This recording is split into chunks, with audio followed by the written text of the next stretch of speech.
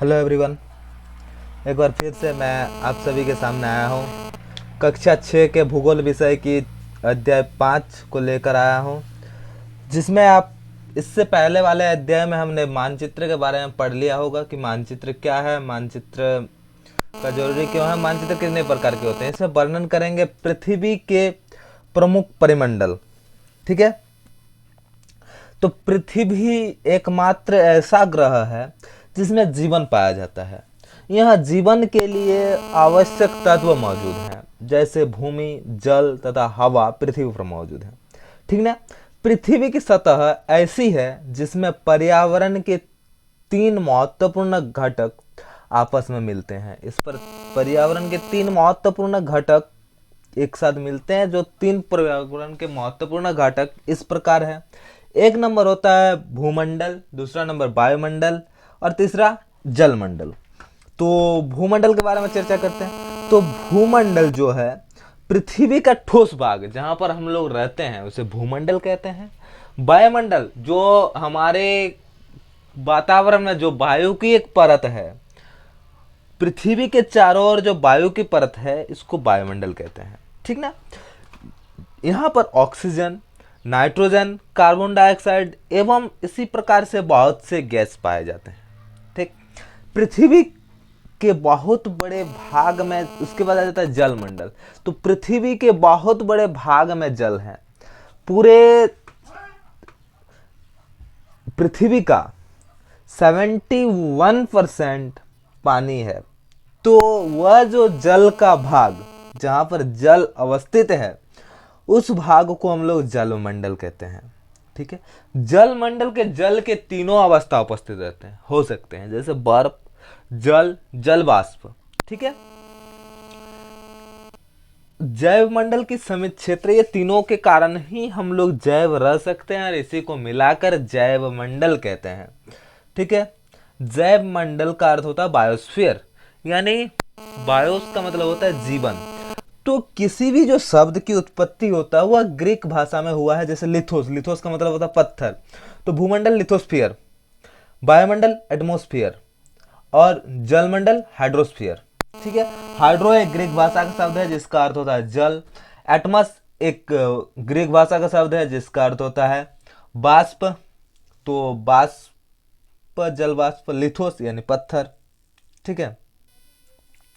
भूमंडल, तो पृथ्वी के ठोस भाग को भूमंडल कहते हैं। यहां पर भूमंडल के जितने भी चट्टान, मिट्टी, जो परत है, मिट्टी के जीवन के लिए जो आवश्यक पोषक तत्व है जहां पर रहते हैं, ये भाग को हम लोग भूमंडल कहते हैं। अब पृथ्वी की सतह जो है इसको प्रमुख दो भागों में बांटा गया है। एक भूभाग वाले भाग जिसको महाद्वीप के नाम से जाना जाता है, और एक बड़ा जलाशय वाले भाग जिसको महासागरीय बेसिनी के नाम से जाना जाता है। ठीक। एक जो भूमि है जहां पर उसको महाद्वीप कहते हैं, दूसरा जिसमें पानी पाया जाता है उसको महासागरीय बेसिनी कहते हैं। ठीक। विश्व के सभी महासागर आपस में एक दूसरे के साथ जुड़ा है, जो कि आगे हम चर्चा करेंगे कि विश्व के जितने भी महासागर हैं वे सारे महासागर एक दूसरे के साथ आपस में जुड़े हुए हैं। ठीक ना। विश्व के सभी महासागर आपस में एक दूसरे के साथ जुड़े होते हैं। देखिए ये फिगर देख लीजिए। ये जो महासागर देखिए यहाँ पर हिंद महासागर, प्रशांत महासागर, प्रशांत महासागर इधर भी है। इसको थोड़ा सा रुक के थोड़ा वेट कीजिए। चलिए ये देखिए, ये प्रशांत महासागर इधर भी देखने को मिल रहा है। तो ये इसलिए देखने को मिल रहा है क्योंकि पृथ्वी हमारा गोल है। तो अगर इसको पूरा मोड़ दिया जाए तो प्रशांत महासागर दोनों ओर सट जाएगा। तो एक ही है प्रशांत महासागर। यहाँ पर अटलांटिक महासागर आपको देखने को मिल रहा है। यहाँ पर हिंद महासागर, हिंद महासागर एकमात्र ऐसा महासागर है जो किसी देश के नाम पर रखा गया है, यानी भारत को हिंद कहता है तो हिंद महासागर। यहाँ पर आपको देखने को मिलेगा दक्षिण महासागर, ऊपर आपको मिलेगा आर्कटिक महासागर। तो टोटल हमारे 5 महासागर हैं। प्रशांत महासागर जो कि सबसे बड़ा है, उसके बाद आता है अटलांटिक महासागर, आर्कटिक, हिंद महासागर, दक्षिण महासागर, ये सारा आपको 5 महासागर देखने को मिलता है। ठीक है, और 7 महाद्वीपीय देखने को मिलता है। 7 महाद्वीप कहाँ कहाँ है? तो ये है आपका एशिया, ये आपका है यूरोप, अफ्रीका, उत्तर अमेरिका, दक्षिण अमेरिका, ऑस्ट्रेलिया और ये अंटार्कटिका। ये 7 महाद्वीप आपको देखने को मिलते हैं। ठीक, अब ये सारे महाद्वीपों के बारे में हम एक एक करके चर्चा करते हैं। ये जो आप मैप देख रहे हैं, इस मैप को हम लोग पॉलिटिकल मैप कहेंगे। ठीक ना, तीनों प्रकार के मैप बताए थे, तो यह एक पॉलिटिकल मैप का एक उदाहरण है। ठीक है, चलिए देखते हैं उसके बाद इसके बाद विश्व का सबसे ऊंची शिखर माउंट एवरेस्ट है, जो समुद्र तल से 8,848 मीटर ऊंचा है। विश्व का सबसे गहरा महासागर प्रशांत महासागर का है। इसमें मैरियाना गर्त एक जगह है जिसकी गहराई 11,022 मीटर है। ठीक है, इतनी गहराई उस पर है। सबसे ज़्यादा गहरा मैरियाना गर्त, ये याद रखिएगा कि एग्जाम में आ सकता है कि सबसे गर्त महासागर, ये गर्त मैरियाना गर्त कहाँ पर स्थित है? तो मैरियाना गर्त प्रशांत महासागर पर स्थित है। ठीक है, चलिए देखते हैं महाद्वीप। पृथ्वी पर 7 महाद्वीप प्रमुख है, जो कि हम अभी थोड़ा देर पहले आपको दिखाएं। एशिया, यूरोप, अफ्रीका, उत्तर अमेरिका, दक्षिण अमेरिका, ऑस्ट्रेलिया और अटलांटिका। चलिए एशिया के बारे में चर्चा करते हैं। एशिया विश्व का सबसे बड़ा महाद्वीप है। यह पृथ्वी के कुल क्षेत्रफल का 1/3 भाग रखता है। यह पृथ्वी का 1/3 भाग रखता है। यह महाद्वीप पूर्वी गोलार्ध में स्थित है। यह पूर्वी गोलार्ध हमने दिखाया था, अक्षांश देशांतर विस्तार में आपको दिखाया था कि यह पूर्वी गोलार्ध में स्थित है। तो पूर्वी गोलार्ध कहाँ पर? ये वाला भाग। इसको 2 टुकड़ा कर दिया जाए इस तरीके से, तो ऐसे विभाजित होता था ना। पहले हम देखें, इधर वाला पूर्वी, इधर पश्चिमी, इधर पूर्वी, पश्चिमी, उत्तर, दक्षिणी। तो ये 4 गोलार्ध है, उत्तर दक्षिण गोलार्ध, उधर पूर्वी और पश्चिम गोलार्ध। ठीक है, तो ये पूर्वी गोलार्ध उत्तरी गोलार्ध के पूर्वी भाग में स्थित है। ठीक है, इस महाद्वीप में कर्क रेखा गुजरती है। इस महाद्वीप में क्या गुजरती है? कर्क रेखा। और एशिया के पश्चिम में यूराल पर्वत है, जो यूरोप को अलग करता है। एशिया के पश्चिम भाग पर यूराल पर्वत स्थित है। इस जगह पर ये बीच में जो देख रहे हैं यूराल पर्वत, ये है आपका यूराल पर्वत, जो एशिया और इधर यूरोप को अलग करता है। एशिया और यूरोप को अलग करता है कौन? यूराल पर्वत। ठीक है, यूराल पर्वत। यूरोप और एशिया को दोनों को एक साथ मिलाकर यूरेशियल कहा जाता है। यूरोप प्लस एशिया यानी यूरेशियल। यूरोप एशिया से बहुत छोटा है। यह महाद्वीप एशिया के पश्चिम में स्थित है। अभी देखें, एशिया के पश्चिम में स्थित है। आर्कटिक वृत्त इससे होकर गुजरती है। आर्कटिक वृत्त इससे गुजरती है। तीनों तरफ से जल से घिरा हुआ है। तीनों तरफ से जल से घिरा हुआ है। विश्व के मानचित्र में इसकी स्थिति देखिए, ये तीनों ओर से जल से घिरा हुआ है। देख रहे हैं, यूरोप है, ये अटलांटिक महासागर, इधर भूमध्य सागर, इस साइड आर्कटिक महासागर का भाग। चलिए इधर देखिए, अफ्रीका, ये हो गया। अब अभी अफ्रीका देखेंगे। अफ्रीका एशिया के बाद विश्व का सबसे बड़ा महाद्वीप है। एशिया फर्स्ट नंबर में है, अफ्रीका दूसरे नंबर में सबसे बड़ा महाद्वीप है। इसमें जो बस विषुवत वृत्त है, इस महाद्वीप को बीचों बीच काटती है। इस महाद्वीप का बीचों बीच काटता है। ठीक है, यही एकमात्र महाद्वीप है जिस पर तीनों रेखाएं कटती है, विषुवत वृत्त, मकर रेखा और कर्क रेखा। ये तीनों रेखा इस पर कटती है। चलिए देखते हैं मानचित्र में। ये वाला है आपका अफ्रीका। ठीक है, अफ्रीका में ये जो बीच में देख रहे हैं आपका विषुवत वृत्त है, यहाँ पर विषुवत वृत्त, और ऊपर आपका कर्क रेखा, नीचे मकर रेखा। तीनों रेखाएं इसी एक महाद्वीप से होकर गुजरती है। तो यह महाद्वीप एकमात्र महाद्वीप है जिस पर तीनों रेखा गुजरती है। तीनों रेखा इसी महाद्वीप से होकर गुजरती है। विषुवत रेखा इसे दो भागों में बांटती है। तो याद रखिए, ये अफ्रीका एक ऐसा महाद्वीप है जिसमें तीनों रेखाएं आपस में काटती है। ठीक, चलिए उसके बाद देखते हैं अफ्रीका के बाद। अफ्रीका में और एक चीज महत्वपूर्ण है, सहारा रेगिस्तान। सहारा रेगिस्तान अफ्रीका में स्थित है, जो विश्व का सबसे बड़ा गर्म रेगिस्तान है। ठीक है, जो अफ्रीका में स्थित है। इसके चारों तरफ समुद्र और महासागर से घिरा हुआ है। जो अफ्रीका है चारों तरफ समुद्र और महासागरों से घिरा हुआ है। ठीक, इसमें नील नदी भी बहती है। नील नदी सबसे बड़ी नदी जो है इसमें बहती है। ठीक है, नील नदी यहाँ पर देख सकते हैं।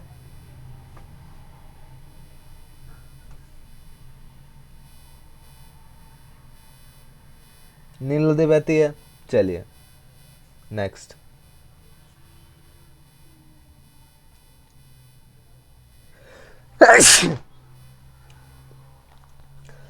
अमेरिका, उत्तर अमेरिका। उत्तर अमेरिका जो है विश्व का तीसरा सबसे बड़ा महाद्वीप है। उत्तर अमेरिका विश्व का तीसरा सबसे बड़ा महाद्वीप है। यह दक्षिण अमेरिका से संक्रय स्थल से जुड़ा हुआ है, जिसे पनामा स्थल संधि कहते हैं। एक पतला स्थल से जुड़ा हुआ था जिसे पनामा स्थल संधि कहते हैं। पनामा, ये देखिए यहाँ पर ये वाले भाग, पनामा, ये वाला। ठीक है, चलिए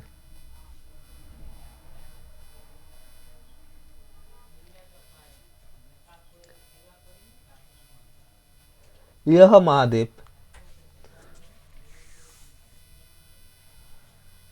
महाद्वीप पूरी तरह से उत्तर एवं पश्चिम गोलार्ध में स्थित है। यह उत्तर और पश्चिम गोलार्ध में ही स्थित है। यह महाद्वीप भी तीनों ओर से समुद्र से घिरा हुआ है, महासागरों से घिरा हुआ है। तीनों ओर से महासागर से घिरा है। यहाँ पर देख सकते हैं फिगर, इधर स्थल संधि है, इसको कहते हैं पनामा स्थल संधि। और भारत में भी एक स्थल संधि जुड़ता है जो भारत और श्रीलंका को अलग करता है। वो वाला जल संधि का नाम है पाक जल संधि। उसका नाम क्या है? पाक जल संधि।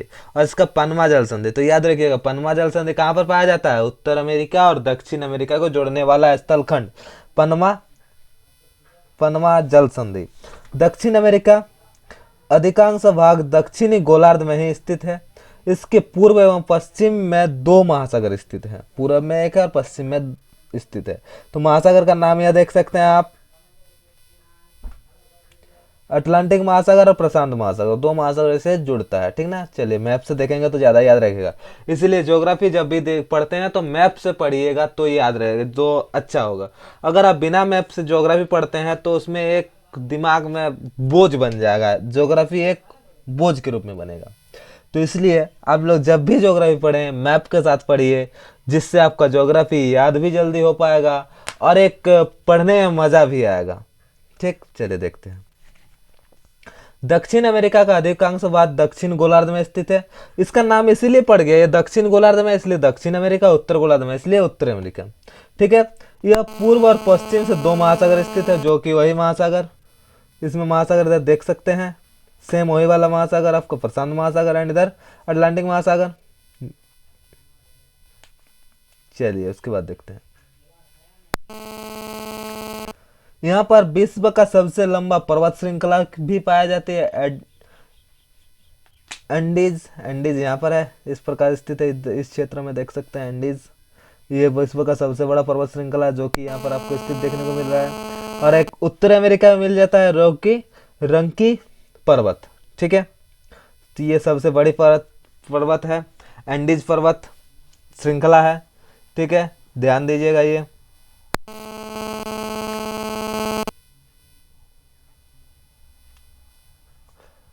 इसमें विश्व की सबसे बड़ी नदी अमेजन नदी भी स्थित है। नील नदी सबसे लंबी नदी है और अमेजन नदी जो है वह सबसे बड़ी नदी है ना। इसके अलावा मिसिसिपी है, जो कि दो नदियों से मिलकर सबसे लंबी नदी है। नील से भी बड़ी नदी है मिसिसिपी एंड मिसिसिपी, दो नदी मिलकर बनती है।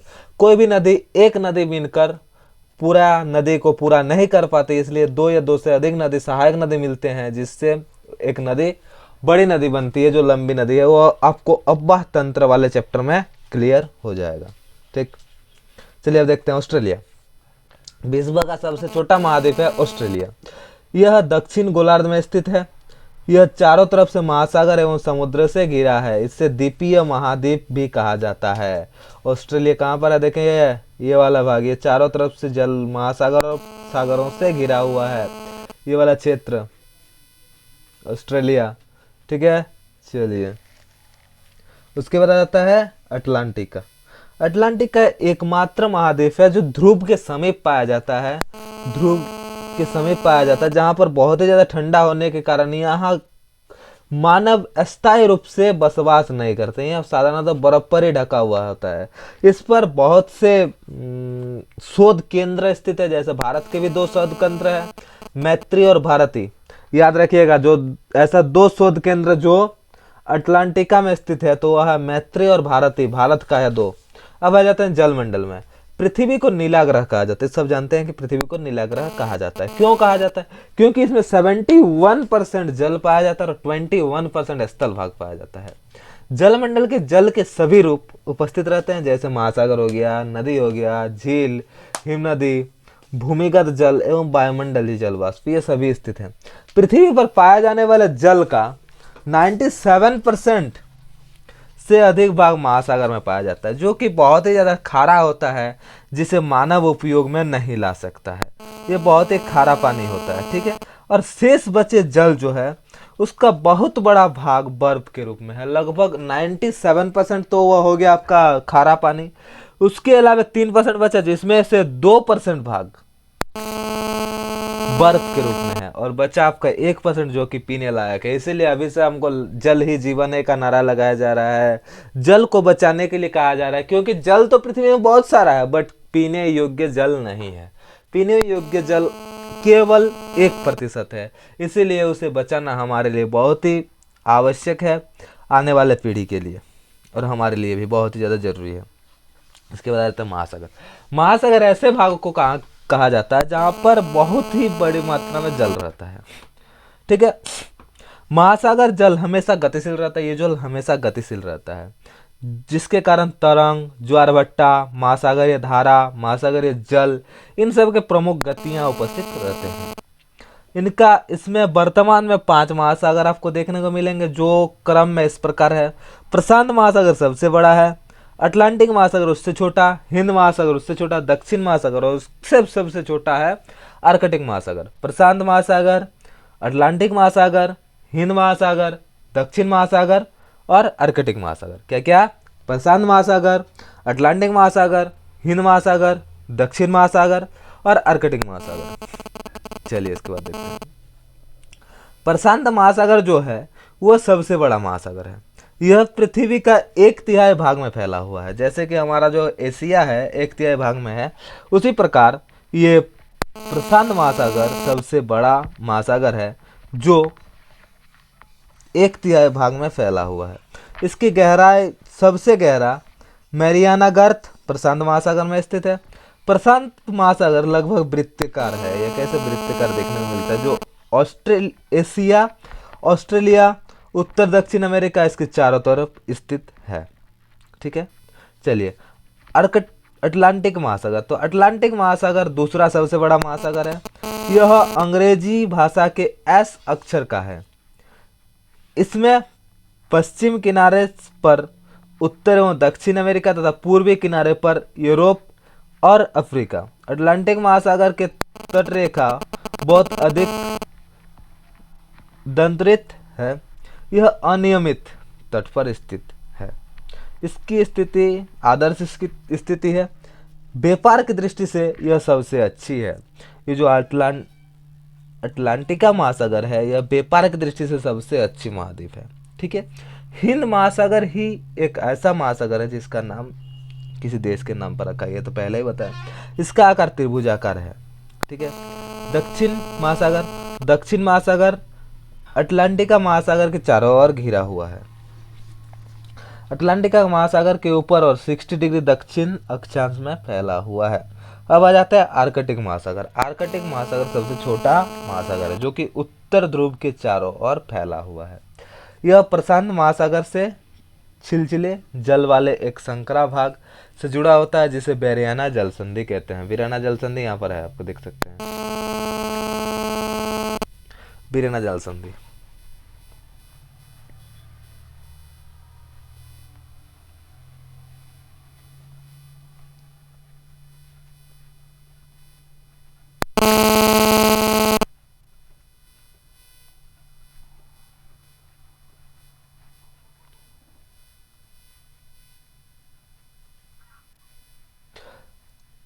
यह उत्तर अमेरिका की उत्तरी तट एवं यूरेशियल में घिरा हुआ है। वायुमंडल, तो वायु के मोटी परत, जो वायु गैस की परत, उसी को हम लोग वायुमंडल कहते हैं। इसके इंग्लिश में एटमॉस्फेयर कहा जाता है। वायु की यह परत, यह ग्रह को एक अटूट भाग है। यह वायु का आदान प्रदान करता है और सांस लेने वाले गैस इसमें मौजूद हैं। वायुमंडल में 1600 किलोमीटर की ऊंचाई तक फैला हुआ है वायुमंडल। वायुमंडल उसमें से अनेकों घटक, तापमान एवं अन्य आधार पर इसे 5 भागों में बांटा गया है। सबसे पहले क्षोभ मंडल, समताप मंडल, मध्य मंडल, आयन मंडल और बाह्य मंडल, जो कि आप देख सकते हैं। क्षोभ मंडल, समताप मंडल, मध्य मंडल, आयन मंडल और बाह्य मंडल। क्षोभ मंडल में सारी प्राकृतिक क्रियाएं होती है। समताप मंडल, मध्य मंडल, उसके बाद आयन मंडल में जितने भी रेडियो सिग्नल है सब आयन मंडल में ही चलते हैं। तो वायुमंडल को लेकर और एक वीडियो मैं बहुत ही महत्वपूर्ण बनाने वाला हूं, उससे आप लोग देख लीजिएगा। ठीक है, चलिए देखते हैं उसके बाद। वायुमंडल मुख्यतः ऑक्सीजन और नाइट्रोजन का बना होता है, जो साफ और शुष्क हवा होता है। 99% भाग है। आयतन के अनुसार नाइट्रोजन 78%, ऑक्सीजन 71% है। वो कहा जाए तो ऑक्सीजन और नाइट्रोजन से ही पूरा वायुमंडल बना है, जिसमें 99% भाग वही दो गैस का है। कार्बन और 1% जो बचा उसमें बाकी सारे गैस उसी में आते हैं। ऑक्सीजन सांस लेने के लिए आवश्यक है और नाइट्रोजन प्राणी की वृद्धि के लिए आवश्यक है। ये दोनों ही आवश्यक है, ऑक्सीजन सांस लेने के लिए और नाइट्रोजन प्राणी के वृद्धि के लिए। कार्बन डाइऑक्साइड बहुत ही कम मात्रा में है, लेकिन पृथ्वी द्वारा छोड़े गए उष्मा को अवशोषित करता है। ये कार्बन डाइऑक्साइड के कारण ही पृथ्वी पर गर्म रहता है, नहीं तो मरकरी जैसा पृथ्वी में अभी होता, दिन में गर्म और रात को ठंडा। तो ये कार्बन डाइऑक्साइड के कारण ही वो तापमान का संतुलन बना रहता है। ठीक है, चलिए। ये पौधे की वृद्धि के लिए आवश्यक है। ऊंचाई के साथ साथ वायुमंडल के घनत्व में भिन्नता भी आती है, और जितना जितना ऊंचाई बढ़ेगा उतना उतना वायुमंडल के भिन्नता भी आते रहेंगे। ठीक है, घनत्व भी बदलते रहेंगे। जिसका घनत्व अगर समुद्र तल में चला जाए तो वायु के घनत्व सबसे अधिक देखने को मिलेगा, और जैसे जैसे ऊपर उठते जाएंगे उसका घनत्व कम होते जाएगी। इसमें अब थोड़ा सा है, जैसे कि जब पर्वत में चढ़ते हैं या फिर कहीं अंतरिक्ष में जाते हैं तो उनके लिए ऑक्सीजन सिलेंडर का व्यवस्था किया जाता है, क्योंकि उसे सांस लेने में कठिनाई होता है। जैसे जैसे ऊपर जाएगा तो ऑक्सीजन कम होगा, तो इसलिए। ठीक है, चलिए। ऊपर की ओर तापमान घटते जाता है, और जितना ऊपर जाएंगे उतना तापमान घटते जाएगा, इसलिए हिमालय के ऊपरी चोटी पर बर्फ पाया जाता है। ठीक ना। दबाव, वायुमंडल पृथ्वी पर दबाव डालता है। यह एक स्थान से दूसरे स्थान पर अलग अलग होता है।